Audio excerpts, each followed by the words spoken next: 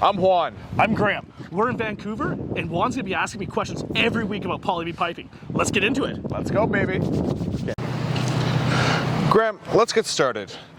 I'd like to ask you about getting insurance on a home with Blvd.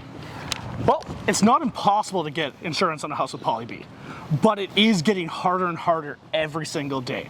So most insurance companies, as of the 2005 class action lawsuit, do not actually have to give insurance on houses with Blvd. Right now, it's at the worst part it's ever been. For the last couple decades, though, it's been pretty easy, and a lot of home insurance companies have actually been giving insurance. But since the fires, the floods, the hail damage across the country, most insurance companies are trying to protect their losses right now. And a big way to do that is not covering polybutylene piping. So what I'm seeing in the market right now is that a lot of insurance companies just say no to any new buyer on Blvd piping, which definitely affects realtors, home inspectors, everybody. Our whole entire market is affected by that.